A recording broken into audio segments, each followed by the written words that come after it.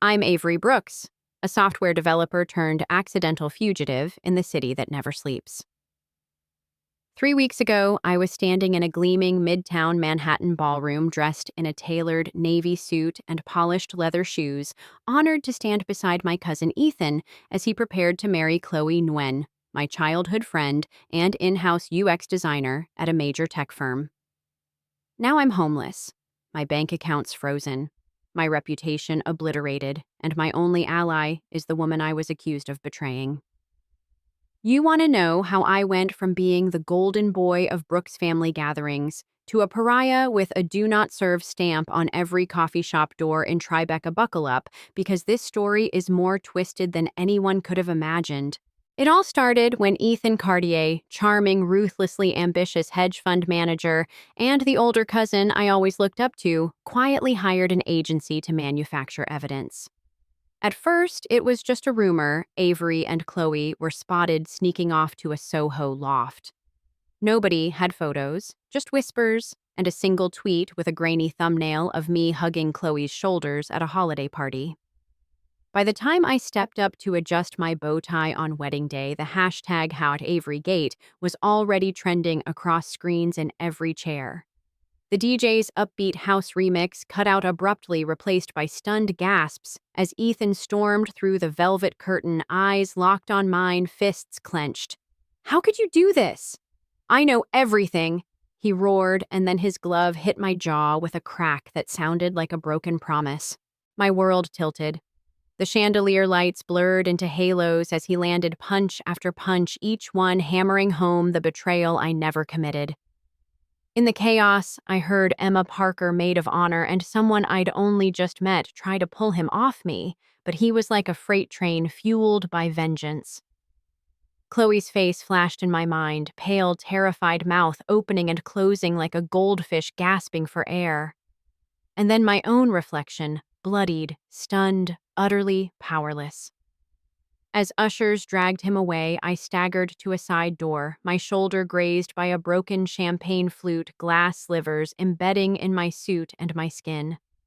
The wedding guests, once applauding to the beat of 1,000 Spotify playlists, now whispered behind clinking wine glasses, their eyes accusing me like I'd committed the worst crime imaginable. Dad's text came through just as I patched myself up in the emergency clinic across town. "Wedding is off. You have until midnight to move out of our penthouse." That text felt like a fist to the gut. Yes, I still had belongings in the apartment, my laptop, my rare first edition sci-fi novels, but most of all, I had memories. But when I entered the duplex, my parents and sister stood in the marble foyer like jury members, their faces carved in disdain. I tried to speak, but my voice caught in shards of glass and glassy stares. Brother dumped a black duffel bag at my feet. "Here's your life. Don't come back." The echo of the door slamming behind me sounded like the end of my story, except the plot hadn't even fully started. I called Chloe. The first 10 minutes were an emotional grenade. She screamed that she never wanted to hear my voice again. I thundered that I'd never betrayed her trust. Then, amid the rubble of our shattered friendship, we both realized we were pawns in Ethan's twisted game. We couldn't meet face to face, not yet. Every coffee shop, every rented workspace in Manhattan refused us service. Our social credit was 0. So we texted an email, formal, careful, seeking proof. Anyone who could show a single legit text, a time-stamped photo, a video, something. But the silence we got in reply was deafening. On the third morning, after nights of restless tossing in an Airbnb on the Lower East Side, I hacked into my loaner phone and called Marcus Wright, an old college buddy, now working tech journalism at a top online outlet. Marcus believed in me. He agreed to trace the IP addresses that pushed those initial tweets. During a tense 48-hour raid into back-end servers, we discovered deep fake emails bouncing through a private server registered to an address Ethan controlled right down to the billing info. The emails were convincing, falsified screenshots of Chloe and me planning clandestine meetings, but the metadata screamed forgery. As Marcus decrypted one attachment, I watched the clock tick closer to Chloe's tentative next move, her wedding, albeit undetermined, to someone else in a quiet ceremony that I knew would draw fewer eyes. We risked everything to gather evidence before it was too late. Meanwhile, Sarah Lee, Chloe's high school roommate and my partner in tech crime, slipped me a torn piece of paper she'd found inside Chloe's wedding invitation. It was the custom oak leaf design invitation printed on thick cardstock from a boutique shop in Brooklyn Heights. The piece was jagged, ripped from the center where the words "Together Forever" should have been. It was symbolic, the very root of family, the oak leaf severed in the middle, emblematic of how Ethan and his hired guns had shredded our bond. Sarah's text read, "This card was in the trash at Ethan's bachelor pad." That card was my new North Star. As dawn broke on day 4, I stood on a subway platform, clutching that half invitation like a lifeline. I had to decide: confront Ethan publicly with my findings at the wedding livestream, or let Chloe walk away into a life built on lies. My hands shook not from the morning chill, but from the weight of my decision. Behind me, cold commuters scrolled through morning headlines: at Avery Gate, update, private message, leaks, deepen scandal. My name blazed from cell to cell, fueling the rumor mill. I realized that if I remained silent, Chloe's life would be forever bound to Ethan's deception. But if I spoke out, I risked exposing my own vulnerabilities: the fact that I'd broken my tech privacy code, the fact that I'd become an outlaw in the city's underbelly. With trembling resolve, I boarded the train, the oak leaf invitation tucked in my breast pocket next to my ID, and that burner phone loaded with encrypted proofs. I rehearsed my opening statement. "Ladies and gentlemen, what you're about to see changes everything." But just before the doors hissed shut, my phone buzzed with an anonymous DM. "Stop digging, or the next leak shows you and Chloe in compromising positions. I know where you hide." The message ended with a single oak leaf emoji. My blood ran cold. They knew my moves. They watched my digital footprint, and they were ready to strike back. All I had was a torn invitation and a half-broken plan. In that moment, I had to choose retreat and risk Chloe marrying a man who'd destroyed us both, or push forward and risk losing everything, including my chance at redemption. As the train rumbled into the tunnel's darkness, I closed my eyes and whispered to myself, "This ends tonight." But as the screens flickered to life in every subway car, showing a live feed from the rooftop of the wedding venue, Ethan standing at the mic waiting to speak, I realized I wasn't just crashing a wedding. I was storming a battlefield. And the next move would change our lives forever. I stepped off the subway at Grand Central, with my heart pounding so hard I could almost hear it over the buzz of morning announcements. The sun had barely climbed above the skyscrapers, painting the glass towers in pale pink light, but my mind was already racing. I had the torn oak leaf invitation burning a hole in my jacket pocket, and in my other pocket, that burner phone loaded with damning metadata, timestamps, IP logs, deepfake analyses. Today, I wasn't just Avery Brooks, the software developer who'd been railroaded by his own cousin. I was a one-man crusade for the truth. My palms were slick as I walked into Vanderbilt Hall, brushing past suited bankers on their way to the stock exchange. Their polished shoes, their clipped briefcases, they were the same faces who'd scrolled past Had Avery Gate without a second thought, trading my reputation like a penny stock. But I had one edge. They didn't. Unshakable conviction. I ducked into a restroom stall, closed the door, and took a shaky breath. My reflection stared back, dark circles under my eyes, a small bruise blooming on my cheekbone, and eyes that wouldn't stop burning. I tapped open the video files, Chloe's genuine voice floating over the speakers, telling me how she'd never said half the things in those fake emails. Then Marcus's screen share as he traced the email header back to an anonymous server that I now knew belonged to Ethan's hedge fund empire. I watched it all in silent fury, pressed play again, and whispered, "You can't undo this, Ethan. You can't." I left the stall without washing my hands, didn't want to lose even a drop of the adrenaline clinging to my skin. I hustled to the mezzanine level, climbed the stairs 2 at a time, and burst into a small storage closet. Inside, I'd rented a temporary war room, a beat-up folding table, 2 rolling chairs, and a battered whiteboard scrawled with timelines and red string connecting tweets, email servers, and the oak leaf symbol that kept reappearing in everything Ethan touched. I set my bag down, pulled out my laptop, and fired it up. My screen lit up with multiple windows, Slack thread with Marcus DM feed with Sarah, and a live preview of the wedding's rooftop livestream. Ethan's smug face centered in every frame, waiting to deliver his triumphant speech. Behind him, the Manhattan skyline glittered like a taunt. I keyed into Sarah on Slack. You there? 2 seconds later, in position. Your move. Sarah was crouched on a neighboring rooftop, drone in hand, ready to breach the venue's network. She'd taught me how to disable the live stream's firewall just enough to slip in our footage without alerting the in-house tech crew until it was too late. But there was risk if we got caught. It wouldn't just be bad press. Chloe and I could face hacking charges, our evidence scrubbed, our reputations permanently sealed. Still, I couldn't back down, not now. I tapped the oak leaf icon I'd drawn on my desktop, an encrypted link to the compiled evidence. Then I stood, ran a hand through my hair, and checked my phone. 1 unread DM.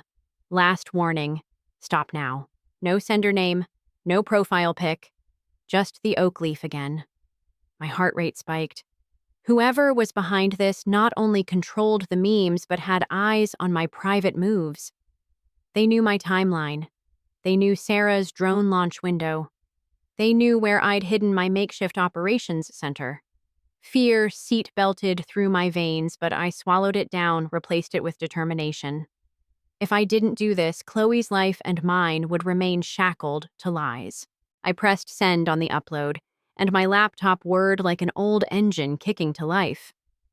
The upload bar crawled across the screen. I checked my watch, 9:17 a.m. Wedding ceremony was set to begin in 43 minutes. Every second felt stretched like taffy. I glanced at the whiteboard. Ceremony start. Hack window 9:30 to 9:50. Execute reveal. Sarah's message pinged, ready to breach on my mark. I scrolled through the evidence one last time. Chloe's real text messages, time-stamped Soho Loft dinner plans, the original invitation PDF raw code, tracing the forged emails. It was perfect. Unassailable. My phone buzzed again, another oak leaf DM, but this one with an attachment, a photograph. My breath caught.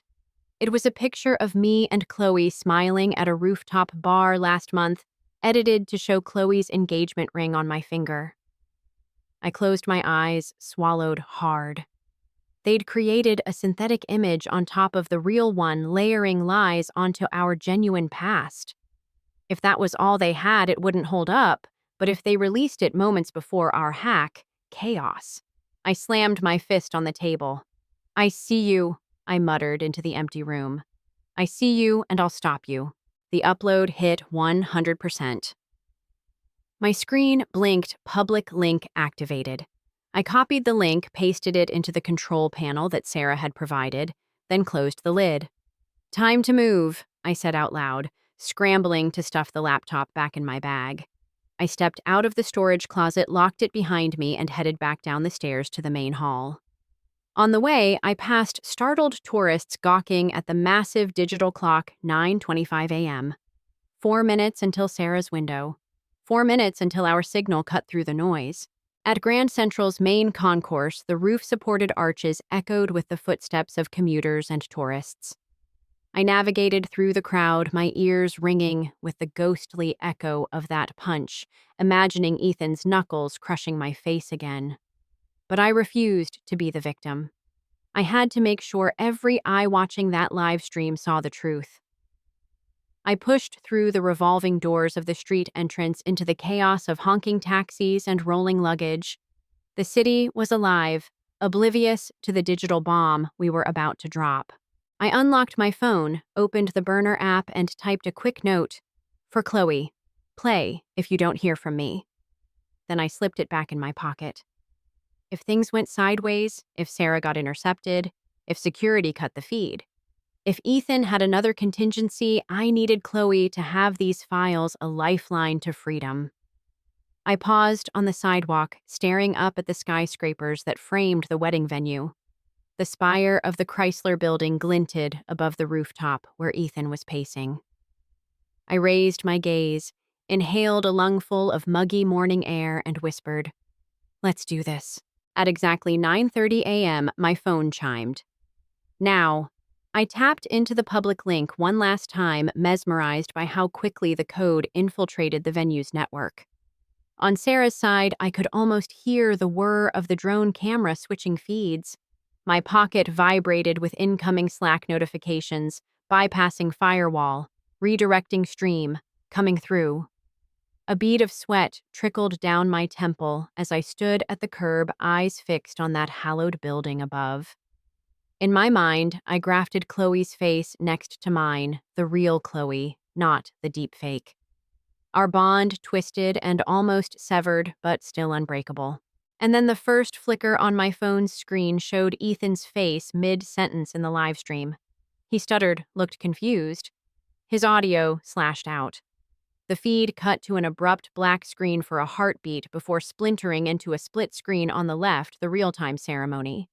On the right, the raw video of Chloe's voice confessing the deep fake plot layered over the original unedited text chain between us. Every word was clear Ethan didn't know. It's a setup, I swear.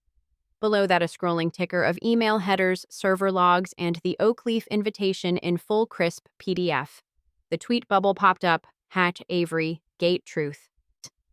Gasping, I watched a crowd gather on the street, phones raised, streaming the same footage I was watching.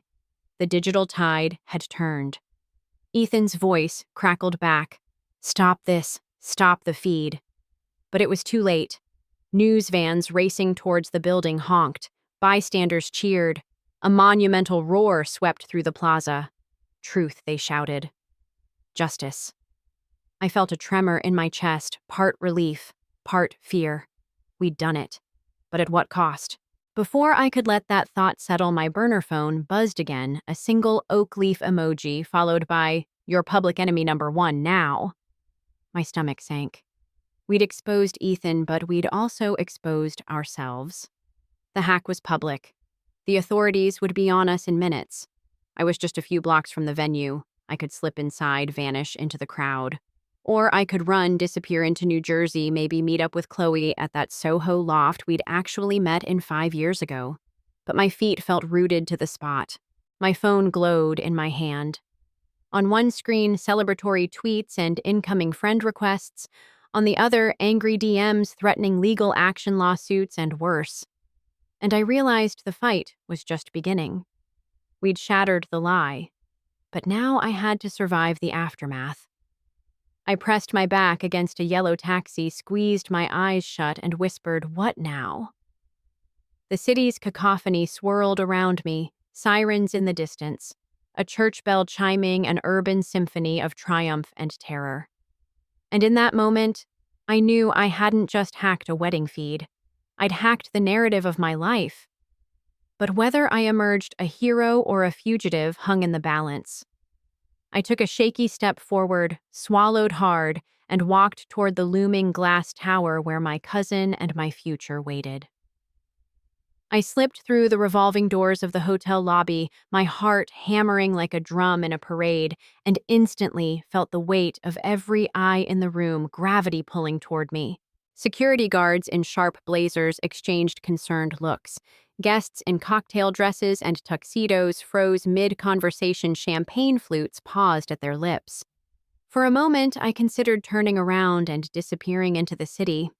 After all, I'd already risked everything by hijacking that live stream. But I had to face what came next. The torn oak leaf invitation protruded from my jacket pocket like a talisman, reminding me why I was here: to protect Chloe, to reclaim my own name, and to expose every lie Ethan had built his empire on. My phone vibrated with more incoming DMs, some from well-wishers, others from strangers, demanding my surrender. I ignored them, tightened my grip on my backpack strap, and wove through clusters of shocked onlookers toward the grand staircase. The marble steps gleamed under the crystal chandeliers like an icy runway leading straight into the lion's den. At the top, Ethan stood alone on the landing, his posture rigid, suit jacket, unbuttoned hair slicked back with sweat. His eyes locked onto mine. I could almost taste his fury. Behind him, a wall of floor-to-ceiling windows revealed the entire Manhattan skyline, a glittering testament to the power he wielded. It was the same power that had tried to squash me like an unwanted bug. I paused 5 feet away, every muscle taut, ready to bolt if he lunged. But instead, he lifted a trembling finger as though summoning me into a duel. "Avery," he said, voice low and sharp as breaking glass. "You've made quite a scene." The crowd stirred, leaning in, waiting for a spectacle. I forced my jaw to unclench. It wasn't a scene, Ethan. It was the truth. I reached into my pocket and pulled out the other half of the oak leaf invitation, the side that still bore the unblemished "Together Forever" print. I tossed it to the floor between us. It fluttered like a wounded bird. "You tore this in half 5 years ago, just like you tore Chloe and me apart with your lies." A murmur rippled through the guests. Ethan's face flickered from anger to shock, as though he'd forgotten that detail himself. He squared his shoulders, took a half step toward me. "You hacked my live stream. You endangered everyone here. You're done, Avery." He raised his voice, and at that moment, guests on the balcony above hissed in alarm. But I wasn't the one who'd endangered anyone. He'd endangered Chloe's future, my career, and our very reputations. I thought of Chloe's terrified voice in the drone footage pleading, "He's destroying my life." I straightened, feeling a surge of calm fury. "Tell me, Ethan, when you paid that shady agency to plant those deep fake emails, did you consider how many lives you'd ruin? How many innocent people would be collateral damage in your power grab?" I took another step forward, closing the gap between us. Chloe deserves someone who believes in her. I deserve someone who believes in me. Ethan's jaw twitched. He nodded toward a side door. "Then let's settle this privately." I glanced at the guests' reporters already lining up with their phones out and realized that if I followed him behind closed doors, they'd capture the entire confrontation. The last thing I wanted was to trade one lie for another. Instead, I answered loudly, "We're settling this right here, right now." The oak leaf half on the floor seemed to flicker under the chandelier lights. It occurred to me that the oak leaf symbolized resilience roots that survive even when the trunk is split. I reached down and picked it up, holding both halves in my palm like a broken promise waiting to be mended. In that instant, the room felt impossibly small, charged with every whispered assumption and every secret betrayal. Then a voice from the crowd cut through the tension. Chloe heads turned as she emerged onto the landing, breathless, in a stunning emerald gown that contrasted with the ivory bridal party. She looked older, stronger, with a quiet steel in her eyes. Behind her, Marcus and Sarah slipped out from the back hallway, confirming that they too were ready to stand by our side. Chloe walked up to me, her heels clicking on the marble like punctuation marks. She stopped next to me, laid her hand on my arm, and whispered, "So only I could hear, I never stopped believing you." That single line felt like a healing balm, but also a torch igniting the next phase of the fight. Ethan's face paled, the color draining, as if life itself was being leached out of him. He opened his mouth, but no words came. The oak leaf halves gleamed between my and Chloe's joined hands. I realized the symbol had shifted. It wasn't just about severed roots, but about choosing which house to plant your seeds in. I straightened, raised the oak leaf aloft, and announced, "This is where it ends." Not with whispers in dark corners or manipulated pixels on a screen, but with every lie laid bare in front of the people you swore you'd protect. The chandelier lights seemed to flicker in approval. Suddenly, police sirens wailed outside. Red and blue lights flickered through the lobby windows. The guests parted like a sea retreating from a tidal wave. Ethan's smug posture cracked. His eyes darted to the door. "They're coming for you," he spat. But I saw fear behind his bravado. He knew he'd lost his iron grip. Chloe squeezed my hand. "Stay with me," she said, voice steady. "No running this time." My chest tightened with a mix of dread and exhilaration. The police would decide whether we were heroes or criminals. But at least we were standing together, oak leaf halves mended in spirit, if not in paper. And just as a squad of officers rounded the corner, phones erupted with live notifications: Brooks versus Cartier, live in lobby. The room buzzed with energy. Exposure had come full circle. I looked at Chloe, our eyes meeting in a silent vow. The next move would determine whether justice could heal old wounds or whether power would crush us both. I drew in a shaky breath, braced myself for the footsteps approaching, and whispered, "Whatever happens, we'll face it together." Then the first officer cleared his throat and stepped forward into the fractured oak leaf symbol at our feet, setting the stage for the final reckoning. I heard the sharp click of handcuffs before I saw the officer step into the dazzling pool of chandelier light. And for a heartbeat, I felt my chest tighten, not from fear, but because I realized this moment was bigger than any of us. The law had arrived to sort our tangled web of truth and lies, and whether we'd end up in headlines or behind a desk, there was no turning back. Ethan's borrowed confidence crumbled as his eyes darted between Chloe and me, lingering on the oak leaf halves on the marble floor. I met his gaze squarely, my bruised cheek burning with the memory of his first punch, and I knew that inside me was a fierce kind of calm, born from every sleepless night I'd spent tracing deep-fake code and every moment I'd swallowed doubt and pushed forward. I raised my chin. "Officer," I said, my voice steady. I hacked the live stream. She and I did it together. We exposed a campaign of lies that cost us everything. If you want to arrest someone, start with the party that paid for the deception. The hall went quiet except for the soft hum of the air conditioning and my own pulse in my ears. Chloe squeezed my hand, a small gesture, but it felt like a lifeline connecting us against a tide of scrutiny. The officer's expression was unreadable. He glanced at Ethan, whose lips pressed into a thin line, and then back at me as if weighing the scale of justice in his mind. In that moment, I thought of the oak leaf invitation again, split open, one half soaked in our past hurt, the other half still pristine, promising something worth fighting for. "We'll want statements from both of you," the officer said at last, voice low but firm. "But one thing's clear, there was tampering with the feed." He nodded toward Ethan. "We'll handle that on our end." Ethan swallowed his facade, slipping. The power broker who controlled funds and media channels was suddenly just another man facing consequences. Security began directing guests away, murmuring that the party was over, but for Chloe and me, this was only the beginning of a reckoning we'd spent years dreading. Once the hallway emptied, the officer led Ethan and me down a side corridor illuminated by muted sconces, our footsteps echoing on the polished floor. Chloe followed behind, flanked by Marcus and Sarah, who carried tablets loaded with raw footage and legal affidavits. As the door clicked shut, I realized I was standing in the same hallway where years ago my parents had ushered me out with a duffel bag.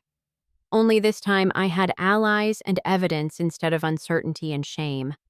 The walls were lined with abstract paintings of cityscapes fractured in cubist angles, unintentionally mirroring the fractured relationships at play.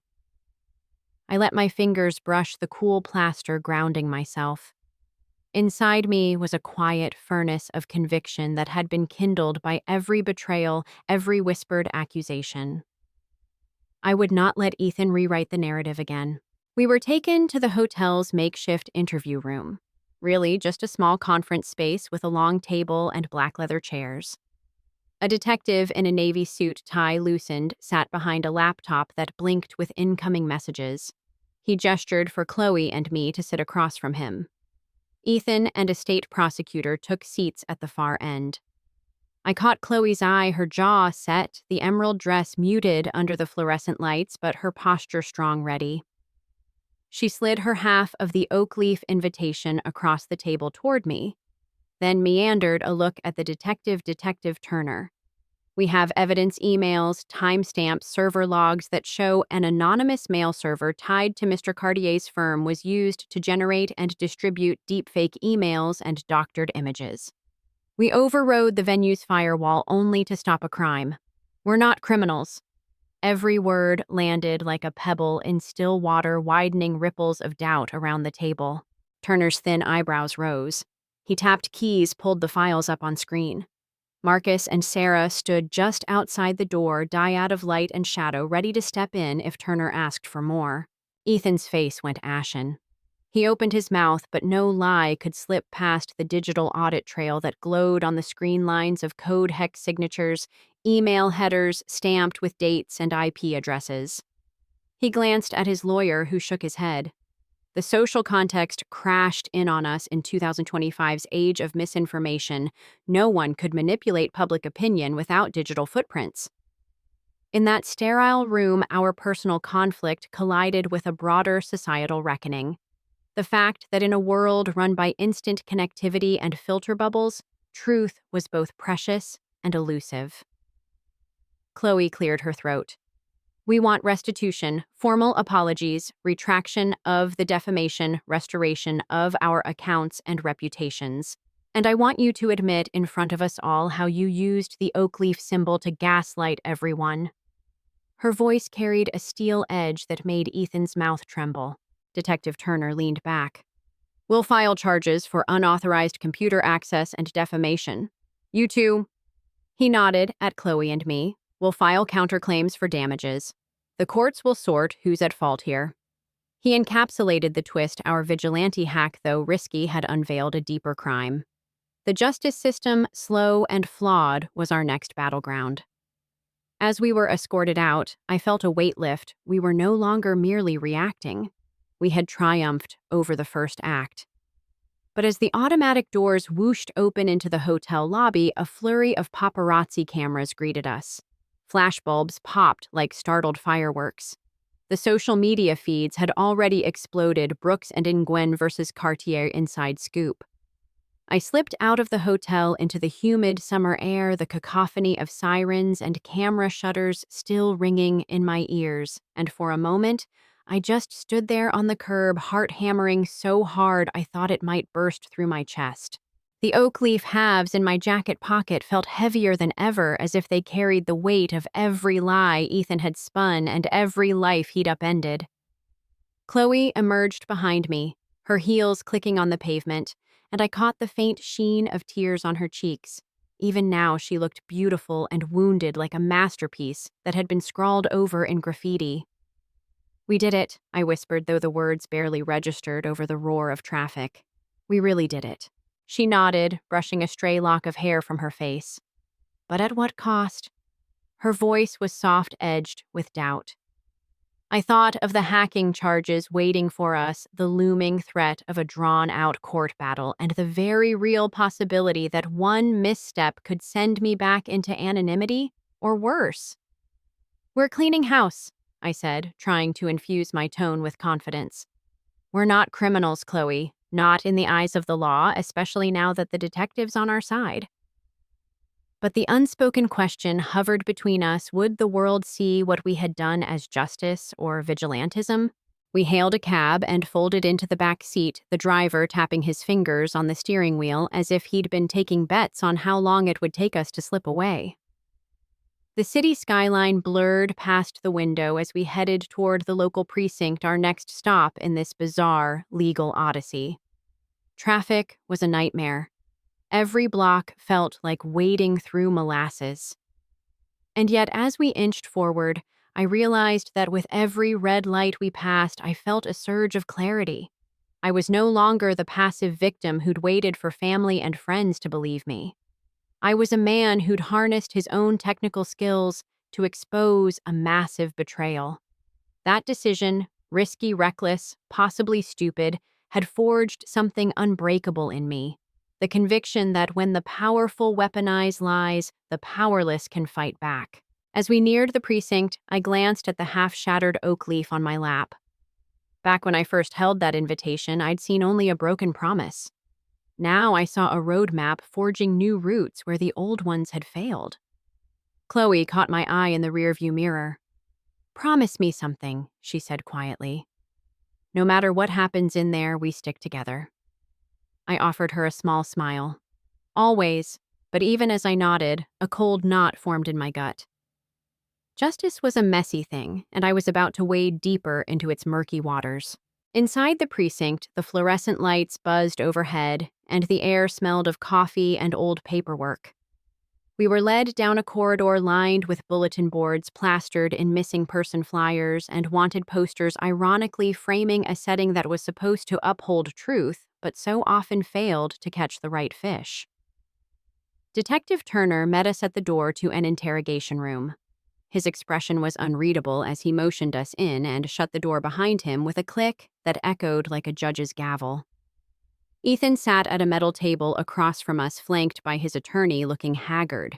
Sweat beaded on his forehead despite the air conditioning, and his usually impeccable hair was slightly disheveled. The veneer of control he'd worn for years had cracked. Turner perched on a stool beside Ethan. "Mr. Cartier," he began, turning to his prosecutor via a quick glance. "You understand the severity of tampering with electronic evidence in a way that directly defames individuals?" Ethan's lip twitched, but he remained silent. The detective shifted to me and Chloe. "And you two," he continued, eyes narrowing. "You admit to unauthorized access to private networks and to the willful distribution of hacked content. That's also a crime regardless of motive." Each word landed like an anvil on my conscience. We had exposed the truth, but we'd also broken the law.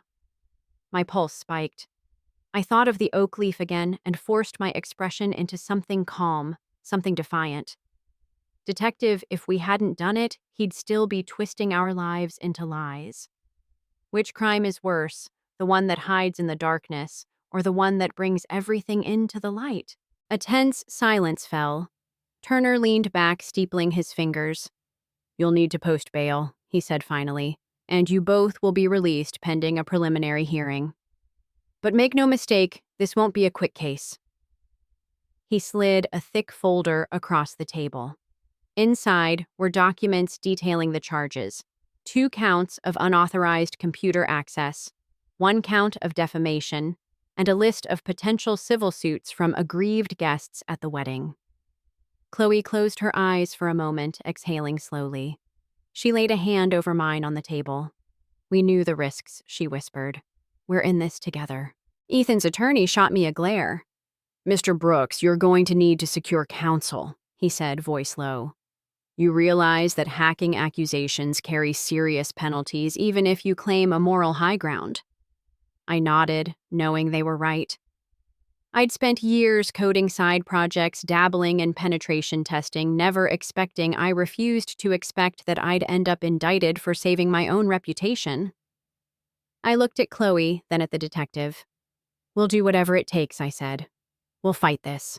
Released on bail, we stepped back out into the afternoon haze.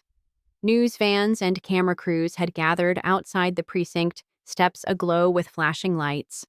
Someone yelled, "You're heroes!" and another voice spat, "Terrorists." The crowd's polarization was instant and fierce, a microcosm of modern society's divide. I felt Chloe squeeze my hand. "Let's get out of here," she said, guiding me toward the curb. We piled into another cab, this one with tinted windows, and the driver peeled away from the frenzy. As the city sped by, I resettled the oak leaf halves in my jacket pocket.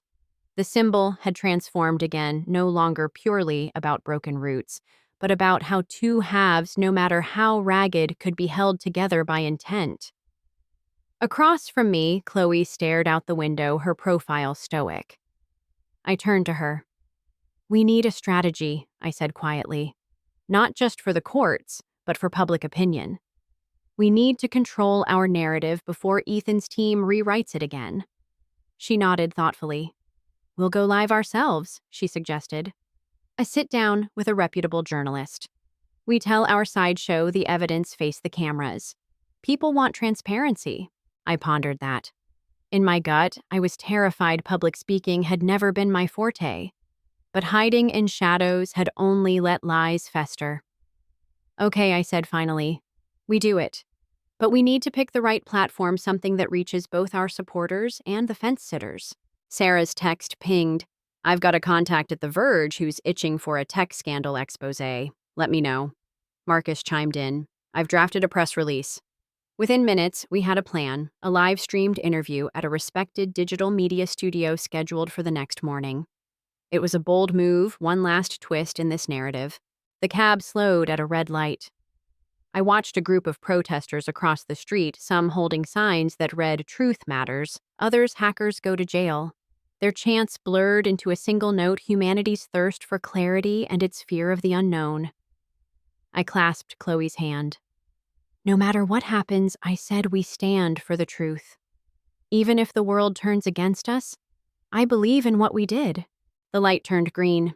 The cab lurched forward, and I braced myself for the next chapter, a televised showdown where every misstep could tip the scales.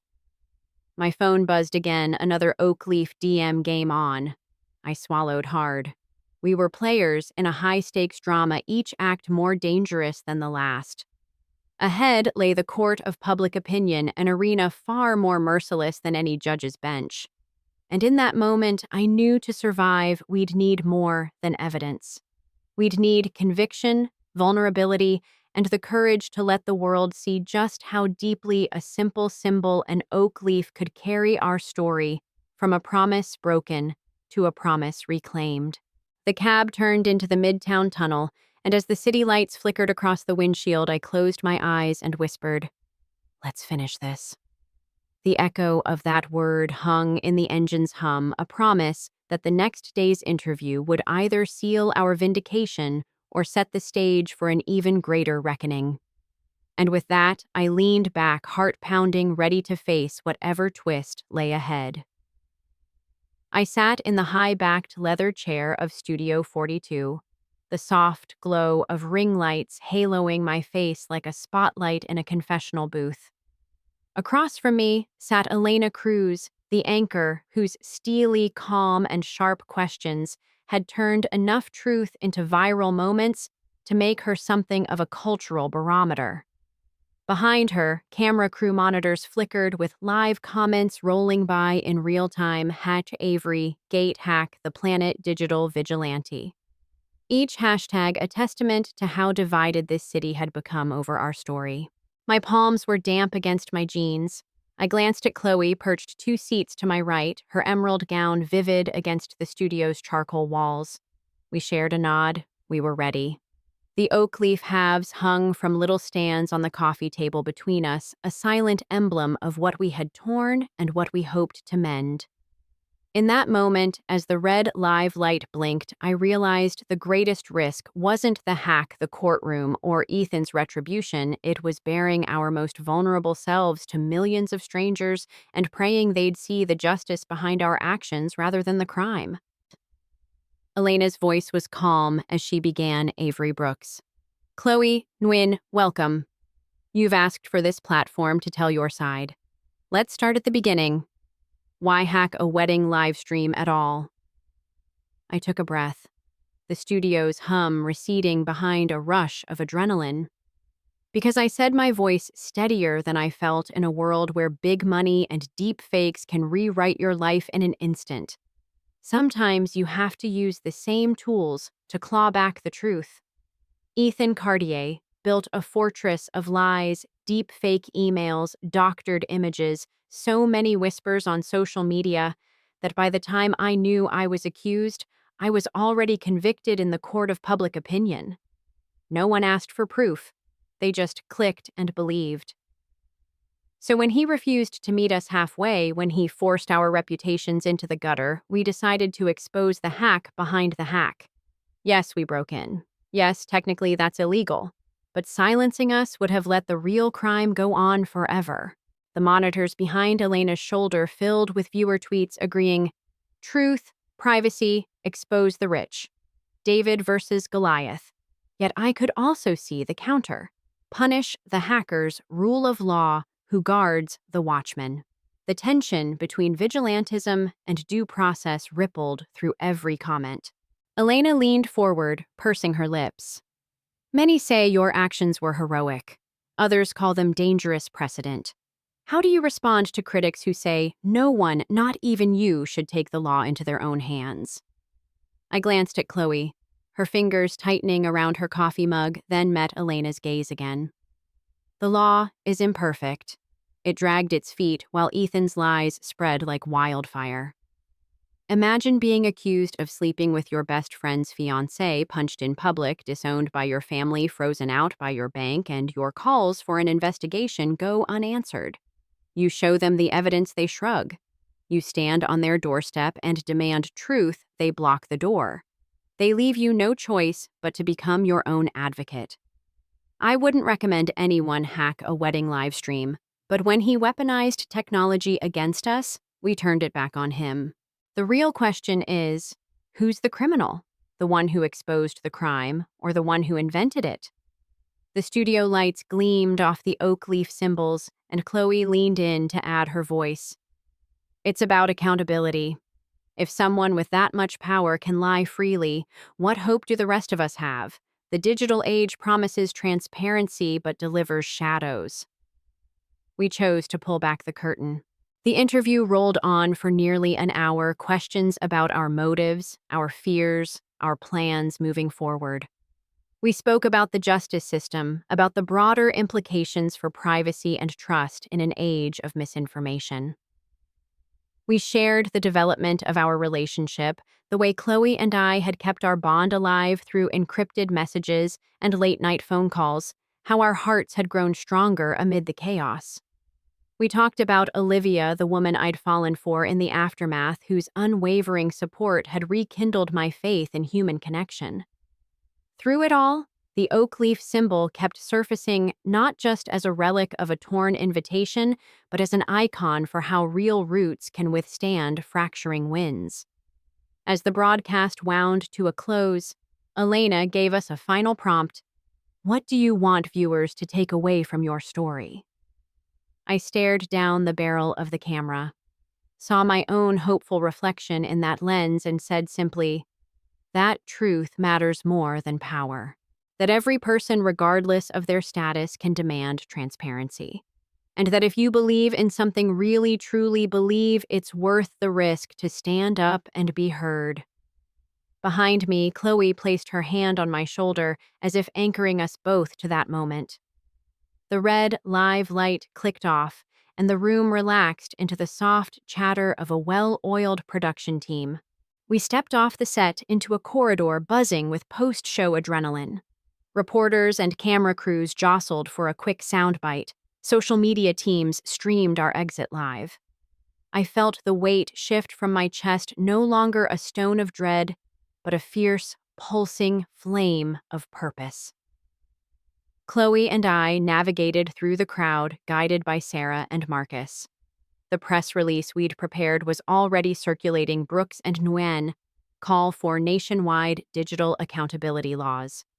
Public opinion swings in favor of petition to ban deepfakes. Our phones lit up with thousands of notifications, messages of support, offers of legal aid, invitations to speak at conferences. Yet even amid the triumph, I sensed the undercurrent of backlash, articles warning about hacktivism, commentary decrying the erosion of privacy, activists concerned about what message we were sending. The city itself seemed to hold its breath, waiting to see if we were pioneers or pariahs. Late that evening, Chloe and I retreated to the small rooftop terrace of her Soho apartment, the loft where everything had begun. The skyline stretched around us like a galaxy of lights, each one a story, a life, a voice. We sat on the wrought iron chairs, the oak leaf invitation frames resting on the table beside 2 glasses of wine. I poured us each a generous measure of Pinot Noir and handed one to her. The first sip was warm and sharp, like a new beginning cutting through years of pain. I picked up one half of the leaf, she picked up the other, and we held them together, bridging the gap with our fingertips. Moonlight ricocheted off its polished surface, illuminating the veins of its paper grain. "You know," I said softly, "we built our future out of someone else's garbage." She laughed, a low, melodic sound that felt like redemption. "And it's the most beautiful thing I've ever held."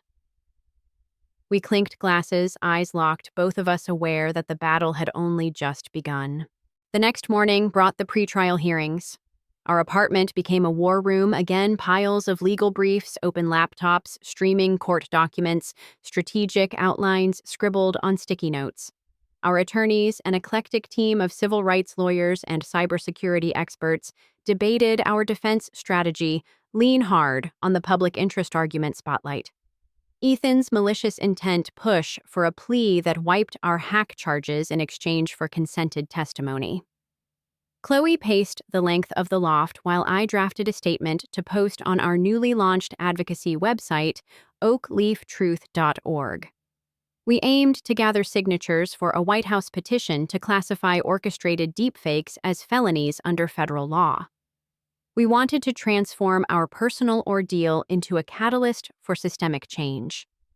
Yet the looming prospect of corporate defenses and expensive billable hours cast a long shadow. As I watched Chloe fold and refold a piece of legal paper, I realized that courage wasn't the absence of doubt, but the willingness to move forward despite it. Court day arrived in drizzly gray. Chloe and I dressed in matching navy suits. Something about coordinated armor gave me a sense of solidarity. We parked a block away from the courthouse and walked the broad stone steps in silence, flanked by our legal team. Paparazzi flashes popped like gunshots. Protesters on either side held up signs. "Digital justice now, lock up the hacker's privacy is a right." It felt like the world had split in two, each faction trying to pull us apart. We reached the courthouse doors and paused. I closed my eyes, inhaled the damp air scented with asphalt and rain, and whispered, "Whatever happens in there, I'm proud of us." Chloe squeezed my hand. "Me too." Then the doors swung open and we stepped inside the oak leaf halves safely tucked in my breast pocket next to my badge ID. Inside the courtroom, the walls were lined with dark wood panels and high-backed chairs for the gallery. Reporters filed in their laptops, clicking like a swarm of mechanical bees. The judge entered, an imposing figure with steel-rimmed glasses and a gavel that seemed to command silence as soon as it hit the bench. The prosecutor stood first, laying out the case, unauthorized access defamation, potential harm to wedding guests. Their voice was crisp, rehearsed, leaning into the narrative that Chloe and I had violated the sanctity of a private event. When it was our turn, our lead attorney rose and presented the deepfake evidence, the malicious email server logs, the oak leaf invitation as a physical exhibit demonstrating intent to deceive. He argued that our hack was a proportional response to an attack on personal reputation amplified by wealth and influence. He cited analogous cases in whistleblower protections and noted that public interest should shield us from criminal liability. The judge listened, occasionally jotting notes. After hours of testimony, cross-examinations, and impassioned oratory, the judge called a recess. Chloe and I huddled in the hallway, the oak leaf halves peeking out of our suit pockets like secret badges. I felt the line between fear and exhilaration blur. I shook her gently. "Win or lose, we've already changed the conversation. They can't put this genie back in the bottle." She nodded, eyes shining with tears and resolve. Our attorneys gave a thumbs up. Somewhere in that gesture was the promise that our arguments had landed. Yet the waiting room for the final ruling felt like a tunnel with no light. We held hands, whispered old inside jokes, tried to keep the knot in our stomachs from strangling hope. When the judge re-entered the gallery, snapped to attention. He cleared his throat. "In this unprecedented case," he began, "the court recognizes the gravity of misuse of technology for defamation. It also acknowledges the extraordinary circumstances that compelled the defendants to take direct action in the absence of prompt institutional redress." The courtroom hung on every word. He delivered a split verdict. Chloe and Avery were acquitted of all criminal charges on grounds of public interest necessity, but he warned against future vigilantism and mandated community service teaching, digital literacy to underprivileged youth. Ethan's firm faced sanctions and a civil suit was awarded to us for reputational damages, a symbolic sum of $10,000 each intended more as a moral victory than financial recompense. The oak leaf halves fluttered in my jacket as I exhaled a breath I didn't know I'd been holding. Outside in the sunshine, surprisingly bright after days of rain, Chloe turned to me, tears and laughter mingling on her face. A crowd of supporters clapped, cameras clicked, strangers cheered. I felt my knees weaken, and Chloe caught me in a hug so fierce it felt like home. The oak leaf between us felt whole again, its two halves pressed together by our joined resolve. But even as we rejoiced, I sensed the world shifting.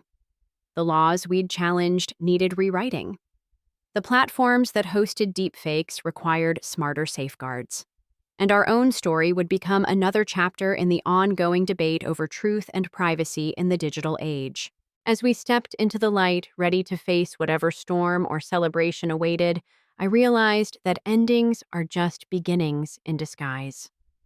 The oak leaf had taught me that roots may break, but with care and courage, new growth can surge from the cracks.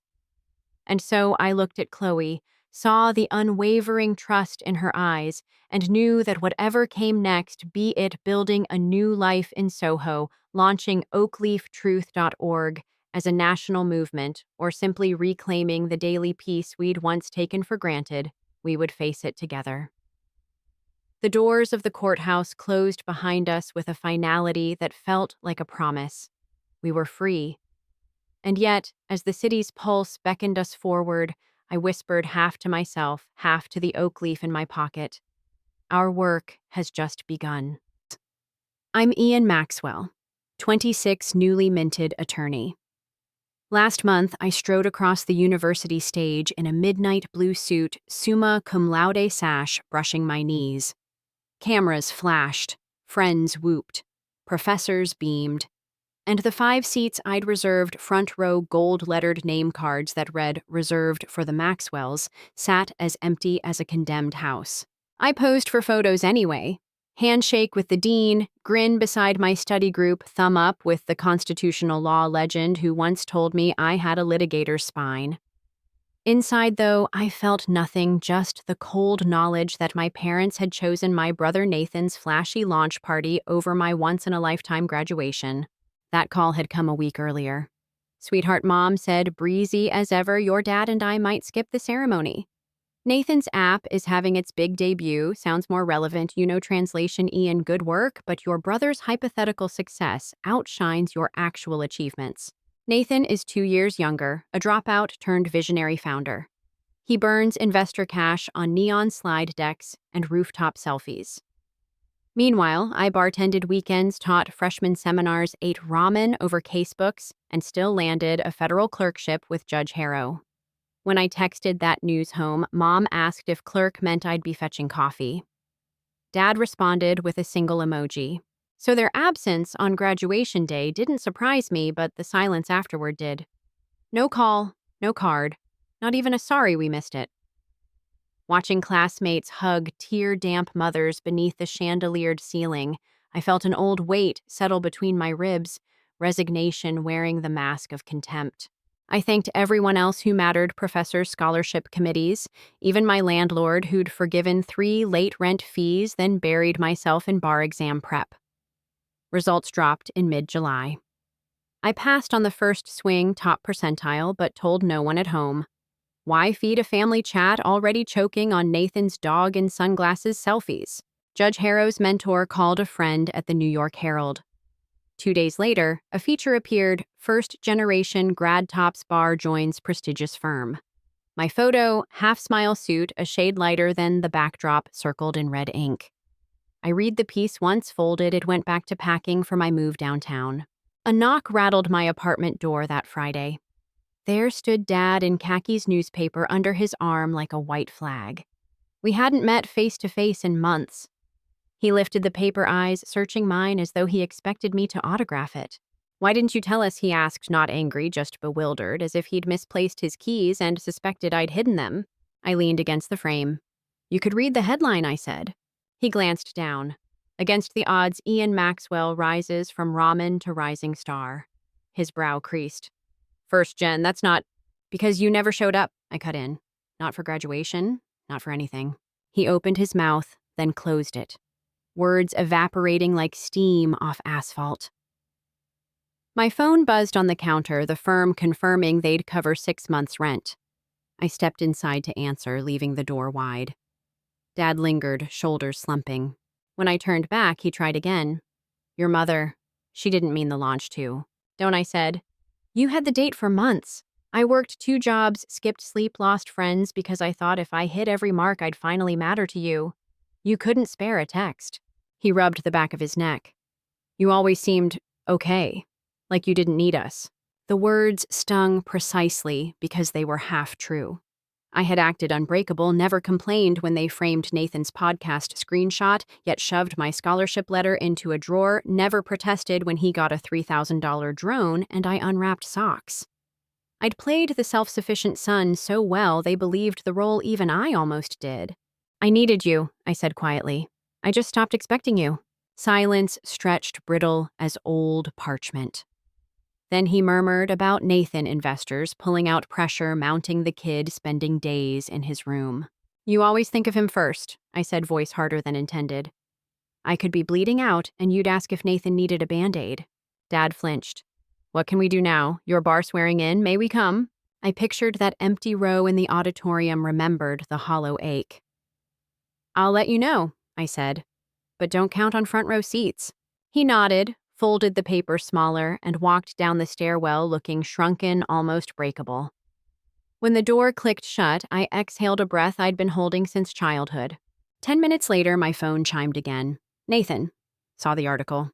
Nice of you to keep it quiet. Parents acting like you're a celebrity now. Could you intro me to someone for a bridge loan? Even in free fall, he found a way to turn my moment into his safety net. I set the phone face down and stared out the window at a food truck line snaking along the curb, strangers basking in ordinary summer light. Somewhere between that silence and the hum of tires on asphalt, a realization settled my worth no longer hinged on a seat my parents never claimed. I moved downtown the first Sunday of August, the city heat wavering above the river like something alive, and I told myself the skyline was a fresh ledger, every window a blank cell waiting for new entries. Yet as the boxes thumped onto the parquet, a text from Nathan pinged.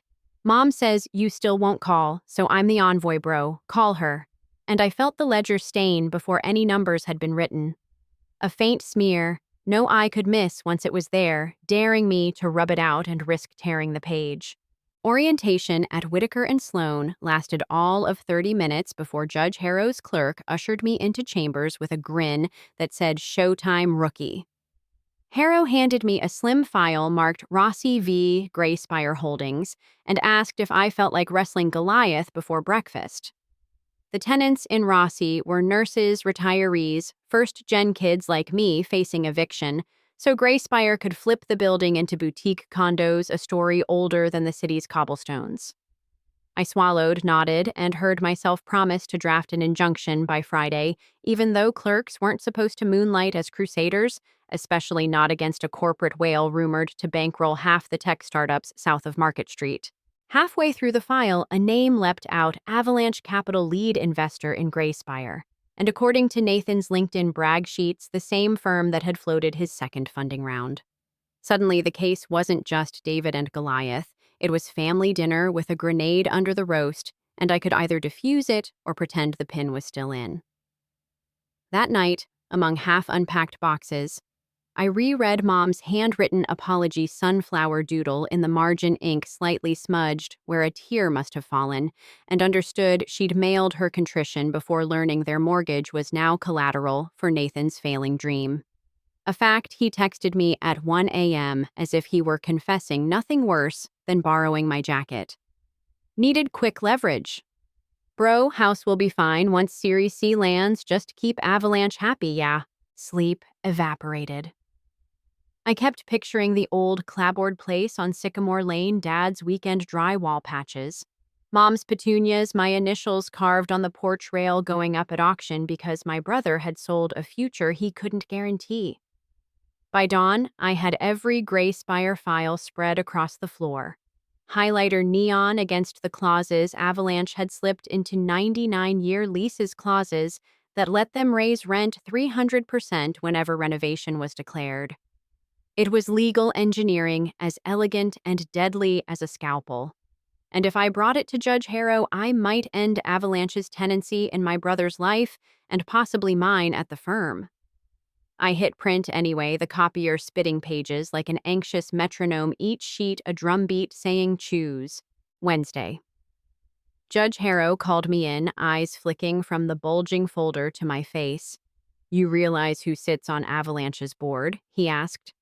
I did state senators, former judges, rainmakers who wrote the unwritten rules of our profession.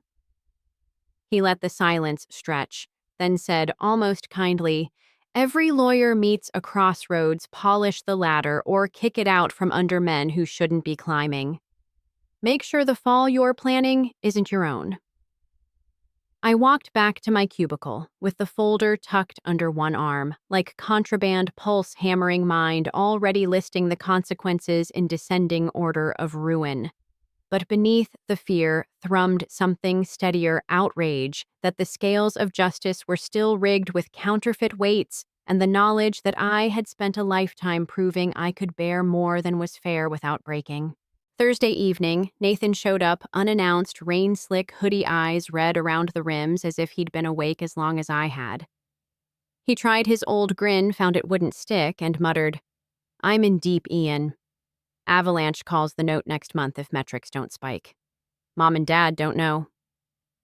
He paused, scanning the stacks of Gray Spire depositions on my table, realization dawning like rot spreading under paint. You're going after them, he whispered. I waited, heart loud.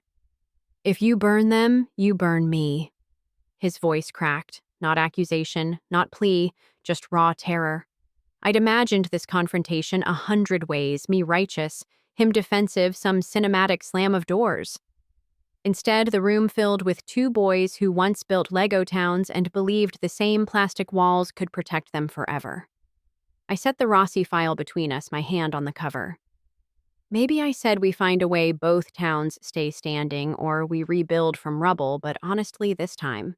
He stared silent. And in that silence, the copier's green light flashed ready for the next page, waiting to decide whether it would illuminate a weapon or a blueprint for something better. And that decision mine, his hours hung in the air, trembling, unfinished. That night, after Nathan's trembled admission, I sat at my kitchen table until sunrise, legal pads spreading like lily pads across the wood, while the city outside yawned awake. Somewhere between cup 3 and 4 of stale coffee, I stopped listing consequences and began mapping possibilities if Avalanche's eviction plan relied on tenant tracking data scraped without consent that could shred their case, but the only platform with that granular geofence info was, of course, my brother's sputtering app. At 7 a.m., I locked the Rossi file in my briefcase, threw on the Navy suit that had already survived 2 ceremonies and 1 shattered childhood, and walked to chambers rehearsing a pitch, expose Avalanche's privacy breach, win a temporary injunction, buy tenants a lifeline, and dare the boardroom giants to swat at the clerk who'd yanked off their mask.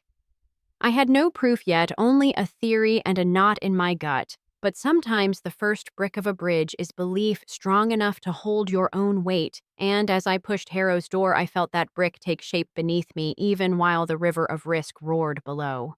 Judge Harrow listened without blinking while I laid out the skeleton overlapping GPS pings, targeted rent increase notices, arriving the same week. Nathan's app launched a neighborhood analytics feature, internal emails, hinting at data synergy between Avalanche subsidiaries. When I finally exhaled, he tapped a pen against the Rossi cover and said, Obtain the flesh by Monday affidavits metadata trails, something a first-year associate can't shrug off or we let the tide roll. Understand?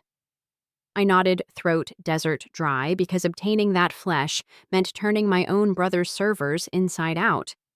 And even if I found the smoking code snippet, I'd torch whatever chance he had left to refinance the family mortgage he'd already pawned. Harrow slid the file back to me. If your compass points true, he murmured, trust that the map will redraw around you. I left Chambers buoyed by resolve and sick with dread, a sailor who'd nailed his colors to the mast, only to glimpse the storm cresting higher than the sails. Nathan met me that afternoon in a windowless co-working closet that reeked of burnt espresso and venture desperation. His hoodie looked slept in his eyes worse, but when I asked for server logs, he didn't argue, just stared at the ceiling like it might show him a softer universe. If Avalanche sees I cooperated, he said they'll crush me before the market can. I told him silence would do the crushing for them and pushed a USB across the desk. While code scrolled on his screen, a childhood refrain looped in my head. 2 brothers, 1 flashlight hunting monsters under the bed, and I realized we had grown up only to find the monsters had bank accounts and lobbying arms. 3 hours later, we hit pay dirt, a batch script that funneled zip-level tenant movement from Nathan's app straight into Gray Spire's rent algorithms, stamped with a timestamp 4 weeks before eviction notices dropped. Nathan's shoulders sagged as though the script weighed physical tons. He whispered, "They told me it was anonymized." Outside, traffic blared indifferent, as if daring us to claim that excuse in open court. Monday's emergency hearing was standing-room-only reporters jockeying for angles, while Avalanche's counsel, polished marble in human form, smirked at the clerk who'd apparently overdosed on righteous caffeine. I presented the logs, the cross-referenced timestamps, the memo where a Gray Spire VP crowed data pipeline live time to milk the nurse nest. Murmurs rippled like wind over wheat. Avalanche's team objected, motioned, blustered, but Harrow's gavel cracked the room to silence before granting a 90-day injunction and hinting loudly about federal privacy violations. My phone buzzed nonstop afterward. Partners at Whitaker and Sloan fuming over lost retainers. A junior reporter begging for comment. Mom's number appearing, then vanishing, as if she couldn't decide whether apology or accusation should come first. I walked down the courthouse steps into noon sunlight that felt both scalding and clean, aware I might have nuked my budding career, my brother's balance sheet, and my parents' equity in one swing of principle.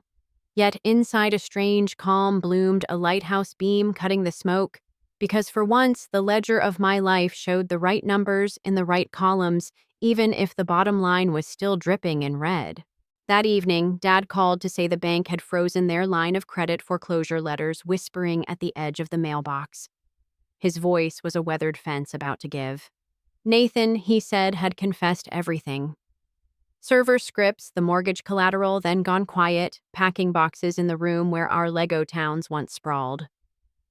I pictured the Sycamore house breathing like an aging boxer on the ropes, petunia beds holding their color against October chill, and heard myself promise nothing except honesty. I would testify if subpoenaed. I couldn't conjure lost capital, but I would not let them face the bank alone. 2 hours later, I drafted a settlement proposal. Avalanche drops the evictions funds, affordable units, covers my parents' mortgage in exchange for reduced penalties, and a public statement salvaging their commitment to ethical innovation. It was a gamble bordering on lunacy, but sometimes the only negotiation chip you own is the fire you're willing to set, and avalanches by nature only stop when the slope beneath them shifts. I hit send pulse matching the cursor's blink and waited for the mountain to answer. The reply landed at 3 a.m. Avalanche would talk, but only if Nathan signed a cooperation agreement, and I resigned from Whitaker and Sloan to avoid conflict optics. Dawn found me on the balcony watching sunflowers in a neighbor's planter crane toward first light petals, ragged yet stubborn. And I understood the symbol my parents had tried to hand me outside the bar ceremony. Grow toward warmth, even when roots remember frost. I dialed Whitaker's senior partner braced for the guillotine.